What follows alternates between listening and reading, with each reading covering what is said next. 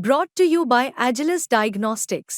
Health test की बात आती है तो मैं भरोसा करता हूँ India's largest diagnostics company Agilus diagnostics. खुद को टेस्ट करते रहो। नमस्कार दोस्तों, क्राइम तक में आप सबका स्वागत है। मैं हूं सुप्रतिम बैनर्जी। ये वारदात है राजधानी दिल्ली की और तारीख है 26 सितंबर 2024, यानी इसी साल की बात है, पिछले महीने की। दिल्ली में एक पॉश लोकेलिटी है जिसे पंचशील पार्क के नाम से जाना जाता है। यहाँ बड़ी बड़ी आलीशान कोठियाँ बनी हुई है और अमीर लोगों की रिहाइश है। ऐसे ही एक लोकेलिटी में एक कोठी में रहने वाली एक लड़की अपने घर वापस लौटती है। वो किसी कंपनी में काम करती है और जब घर वापस लौटती है तो घर की हालत देखकर वो दंग रह जाती है। असल में इस मकान में कुल 3 लोग रहते थे। एक तो ये लड़की जिसकी मैं बात कर रहा हूँ, इसके अलावा उसकी तकरीबन 90-95 साल की एक आंटी और साथ में एक मेड सर्वेंट जो उन्हीं के साथ रहती थी और तकरीबन 30 सालों से भी ज़्यादा समय से उस परिवार के साथ काम कर रही थी। तो ये 3 लोगों का एक तरह से देखा जाए तो परिवार ही कह लें।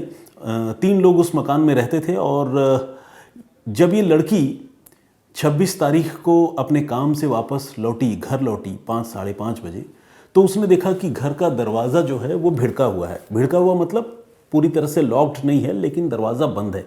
जब वो अंदर गई तो उसने देखा कि अंदर घर के सारे सामान बिखरे हुए हैं, कपड़े और अलमारी में रखी हुई दूसरी चीज़ें। उसने खुद देखा कि उसका जो पर्स है, जो उसके अपने पास था, वो तो खैर उसके साथ ही था, लेकिन घर में जो उसके दूसरे पर्सेज हैं, जो बैग्स हैं, वो सारे खुले पड़े हुए थे। तो ये देखकर आसानी से ये समझा जा सकता था कि उस घर में कोई अवांछित आदमी जो है घुस आया है, जिसने शायद उस मकान की कुछ चीज़ें, कीमती चीज़ें चुराई हैं, उनके बिलोंगिंग्स चोरी कर लिए हैं। तो ये लड़की बहुत परेशान हुई। वो भागती हुई गई अपने आंटी के कमरे में ये देखने के लिए कि वहाँ तक चोर की पहुँच हुई थी या नहीं। और उसे आंटी के कमरे में जाकर भी ये पता चला कि चोर जो है उनके कमरे में भी गया था और उस कमरे की भी सारी कीमती चीज़ें बिखरी हुई थी, गायब थी। कुल मिलाकर पूरे सीन को देखकर ये लगता था कि घर में कोई लूटपाट या चोरी जैसी घटना हुई है। अब जो महिला उस घर में काम करती थी वो भी रहस्यमयी तरीके से गायब थी। उसका फ़ोन ट्राई किया इस लड़की ने, वो फ़ोन स्विच ऑफ था। ये लड़की बहुत परेशान हो गई। आंटी को लेकर वो बहुत ज़्यादा चिंतित नहीं थी, क्योंकि जैसा कि मैंने आपको बताया, तकरीबन 90-95 साल की जो आंटी हैं वो एक सीनियर सिटीज़न क्लब से जुड़ी हुई हैं और महीने में 3 या 4 बार ऐसा होता है कि वो सीनियर सिटीज़न क्लब के गेट टुगेदर में जाती हैं और सुबह ही जाती हैं और देर शाम तक वो लौट कर आती हैं। इत्तेफाक से जिस दिन ये घटना हुई उस दिन आंटी उसी गेट टुगेदर में गई हुई थी। तो ऐसे में अपनी आंटी के वेलबीइंग को लेकर, अपनी बुजुर्ग आंटी को लेकर बहुत ज़्यादा परेशान ये लड़की नहीं थी, क्योंकि उसे पता था कि मेरी आंटी क्लब में है। लेकिन ये जो मेड सर्वेंट है, ये जिस तरह से गायब थी और उसका फ़ोन जिस तरह से स्विच ऑफ आ रहा था, इस लड़की को ये लगने लगा कि हो ना हो इस चोरी की घटना के पीछे ज़रूर उनके तकरीबन 30-35 साल पुरानी जो मेड सर्वेंट है उसी का हाथ है। उसी की नीयत बिगड़ गई होगी और उसी ने घर की कीमती चीज़ें अकेला मौका पाकर जो है वो सारी गायब कर दी होंगी और भाग गई होगी। खैर, उसने पुलिस को फ़ोन किया। हौज खास थाने की पुलिस मौके पर पहुंची और पुलिस ने इस मामले की छानबीन शुरू की, जांच शुरू की। एक FIR दर्ज की गई और जब छानबीन हुई तो जाहिर है टेक्निकल इन्वेस्टिगेशन के सहारे ही जो है इस मामले की जांच आगे बढ़ सकती थी। तो पुलिस ने आसपास के इलाके में और उस कोठी के बाहर लगे तमाम CCTV कैमरों को खंगालना शुरू किया। तकरीबन 40 से 50 CCTV कैमरे पुलिस ने खंगाल डाले, लेकिन कोई भी इस तरह के विजिबल एंट्री एग्जिट डकैतों के उस घर में आने के या वहाँ से वापस जाने के कैद नहीं हुई थी, क्योंकि उस कोठी के मेन गेट के ऊपर फोकस्ड या उस एग्जैक्ट जिस जगह पर ये लोकेटेड है वहाँ पर फोकस्ड कोई कैमरा जो है वो पुलिस को नज़र नहीं आ रहा था। हालांकि पुलिस को जिस रोज़ ये घटना हुई थी उसी रोज़ दोपहर को उनकी कार ज़रूर उनके गेट से थोड़ी दूर पर पार्क नज़र आई। वो कार जिस कार को लेकर उनकी बुजुर्ग आंटी को सीनियर सिटीजन क्लब के गेट टुगेदर में जाना था। अब सवाल ये है कि अगर बुजुर्ग आंटी गेट टुगेदर में सीनियर सिटीजन क्लब में गई थी तो फिर उनकी कार उनके घर से थोड़ी दूरी पर कैसे पार्क थी, ये एक बड़ा सवाल था जो पुलिस के मन में था। अब पुलिस ने इस लड़की से पूछताछ की कि अच्छा आपकी आंटी गेट टुगेदर के लिए कब जाती हैं, कब लौटती हैं। तो इस लड़की ने पुलिस को जो बताया वो कुछ यूँ था कि उन्होंने एक पार्ट टाइम ड्राइवर से कॉन्ट्रैक्ट कर रखा था, जो ड्राइवर अक्सर उसकी बुज़ुर्ग आंटी को लेकर उस सीनियर सिटीज़न क्लब के प्रोग्राम में जाया करता था, और जहाँ पर भी वो प्रोग्राम होता था वहाँ वो दिन भर बाहर गाड़ी पार्क करके अपनी मालकिन का यानी बुज़ुर्ग आंटी का इंतज़ार करता था, और शाम को जब गेट टुगेदर ख़त्म हो जाता था तो फिर वो बुज़ुर्ग आंटी को लेकर घर वापस आ जाया करता था। तो ये बेसिकली एक रूटीन था जो बीच बीच में चलता रहता था। जैसा कि मैंने आपको बताया कि महीने में 3-4 बार इस तरह के मौके आते थे जब वो बुज़ुर्ग आंटी गेट टुगेदर के लिए कहीं जाया करती थी। तो ये भी वैसा ही दिन था। अब सवाल ये है कि क्या जिस दिन ये घटना हुई उस दिन उनका जो ड्राइवर है वो बुज़ुर्ग आंटी को लेकर गया, तो फिर लेकर जाने के बाद जो क्लब है सीनियर सिटीज़न क्लब उसके बाहर में क्या वो इंतज़ार नहीं करता रहा, क्या वो बुज़ुर्ग आंटी को छोड़कर वापस चला आया। इस बारे में पुलिस ने और उस लड़की ने जब अपनी आंटी से पूछताछ की तो उन्होंने कहा कि उन्हें तो इस बारे में कोई जानकारी है नहीं कि ड्राइवर गाड़ी से उनको ड्रॉप करने के बाद बाहर इंतज़ार कर रहा था या नहीं, क्योंकि वो तो गेट टुगेदर में शामिल थी और क्लब के अंदर थी, उन्हें पता भी नहीं। अब पुलिस ने पूछा वो ड्राइवर कौन है, उसके बारे में पुलिस अब जानना चाहती थी। तो पता चला कि उसका नाम जितेंद्र है और वो इस परिवार के साथ तकरीबन 2 सालों से काम कर रहा है। वो एक पार्ट टाइम ड्राइवर ही था। जब जब ज़रूरत पड़ती थी जितेंद्र को फ़ोन करके इस परिवार के लोग बुला लेते थे और वो कार ड्राइव करके किसी को भी कहीं लेकर जाता था, फैमिली मेम्बर को, फिर वापस ड्रॉप कर देता था। ये जितेंद्र जो है उसी पंचशील पार्क इलाके के एक और मकान में भी इसी तरह पार्ट टाइम ड्राइवर के तौर पर काम करता था, और उस मकान में अलबत्ता उसका रोज़ जाना आना जाना था। ऐसे में इस परिवार ने यह तय किया कि वो एक बार उस परिवार से भी बात करें जिस परिवार में जितेंद्र का रोज़ आना जाना होता था। तो इन्होंने पूछा कि जितेंद्र आया था क्या, तो उस परिवार से जवाब मिला कि नहीं, जितेंद्र आज उनके घर नहीं आया काम पर। तो ये जब बात पता चली तो फिर पुलिस को लगने लगा कि इसका मतलब जितेंद्र ने बुज़ुर्ग आंटी को सीनियर सिटीज़न क्लब में ड्रॉप करने के बाद वो वहाँ रुका नहीं बल्कि गाड़ी लेकर वापस आ गया था।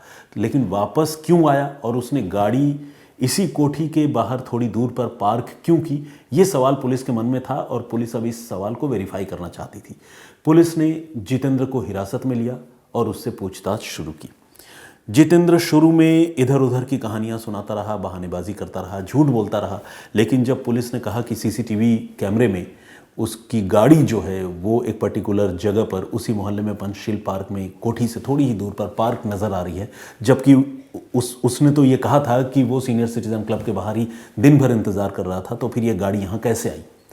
और जब वो सीसीटीवी फुटेज के साथ एक तरह से पुलिस ने जितेंद्र का एनकाउंटर किया, वर्बल एनकाउंटर, तो फिर जितेंद्र टूट गया और उसने ये माना कि हाँ, वो बुज़ुर्ग आंटी को 26 सितंबर के दिन क्लब में छोड़ने के बाद वापस कोठी लौटा था, और चूंकि उसे डर था कि वो पकड़ा जाएगा तो इसीलिए उसने गाड़ी थोड़ी दूरी पर लगा दी थी और अपने 2 दोस्तों को वो साथ लेकर आया था जिनके नाम सन्नी और छोटू हैं। उसने अपने दोस्तों को ये लालच दिया था कि कोठी में जो भी वो लूटपाट करना चाहते हैं कर सकते हैं।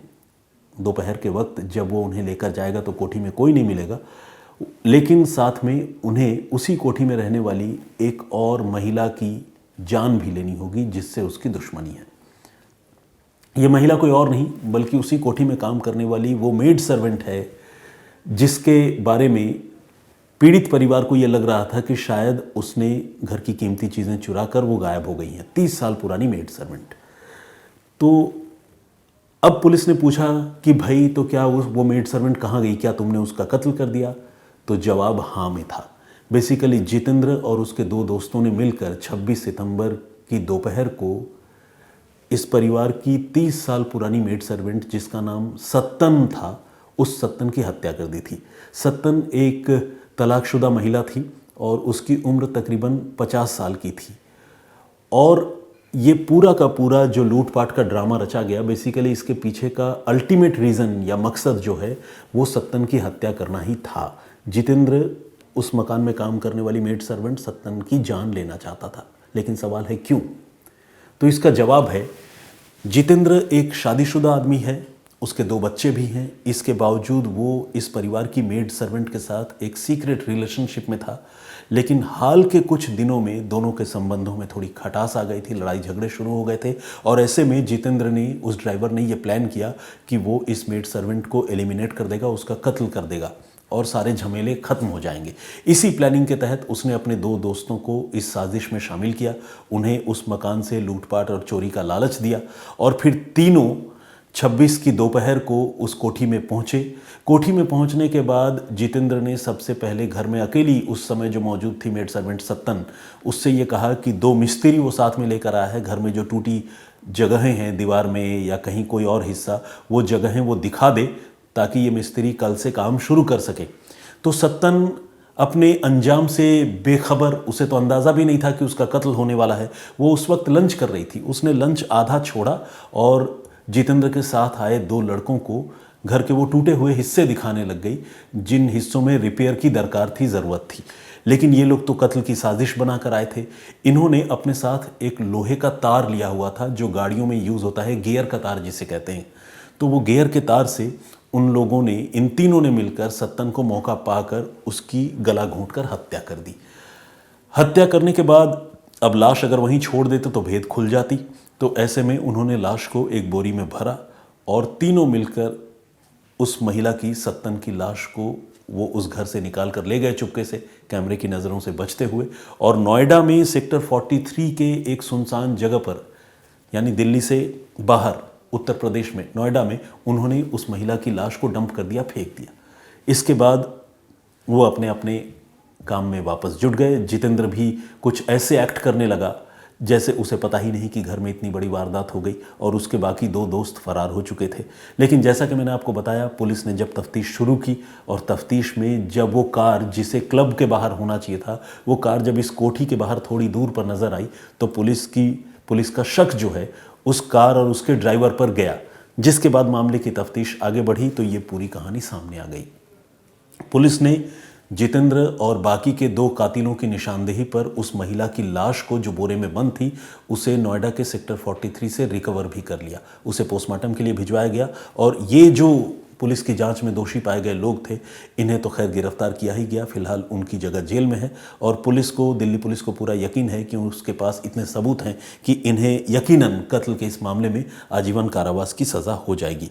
तो एक ऐसा रिश्ता, एक ऐसी रिलेशनशिप जो शायद समाज की नज़र में सही नहीं था, क्योंकि ऑलरेडी एक शादीशुदा आदमी अगर किसी और से इस तरह का संबंध रखता हो तो जाहिर सी बात है उसको लेकर उसके परिवार में भी बवाल होना तय था। तो बहुत ऐसा लगता है कि शायद ये जो महिला है जिसकी हत्या हुई, उसने शायद कोई डिमांड की होगी कि मुझसे शादी कर लो, इतना पुराना हमारा रिलेशनशिप है। लेकिन ये जितेंद्र जो है वो फंस गया होगा। उसे लग रहा होगा कि शादी करूंगा तो मैं अपने बीवी बच्चों को क्या बताऊंगा।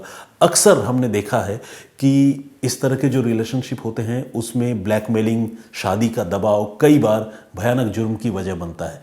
इंसान जिसे कहते हैं ना, मतलब आसमान से गिरे तो खजूर पे अटके वाली हालत हो जाती है। ये इस तरह का रिलेशनशिप जो है वो आसमान से गिरने वाली बात है। खजूर पे अटके मतलब कत्ल कर दिया आप और दोहरी मुसीबत में फंस गए। आपको तो लगता है कि शायद आप कत्ल करके छूट जाएंगे, लेकिन क्राइम नेवर पेज, कभी भी अपराध का हासिल जो है कुछ सकारात्मक हो नहीं सकता। ये कहानी उसका एक सबूत है। तो ये था पूरा घटनाक्रम जिसके बारे में मैंने आपको पूरी डिटेल में जानकारी दी।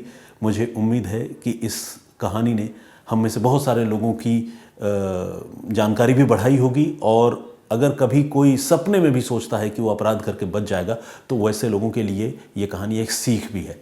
तो आज के लिए इतना ही। अपना बहुत ख्याल रखिएगा, सुरक्षित रहिएगा। मैं फिर हाजिर होऊंगा किसी और कहानी या किसी और वाक़े के साथ।